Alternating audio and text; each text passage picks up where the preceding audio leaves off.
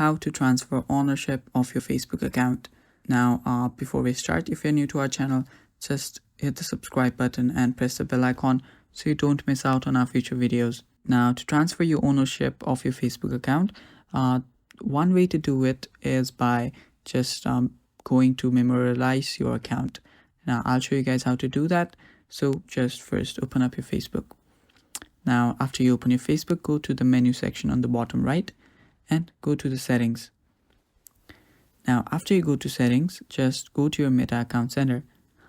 Now, after you go to your account center, just scroll down till you find the account settings section. Now, under account settings section, you will see the personal details. Tap on personal details and right there you will see account ownership and control. Now, just tap on account ownership and control and right there you will see memorialization. Now, just tap on it, tap on the account. After you do that, just tap on memorialize account and tap on next.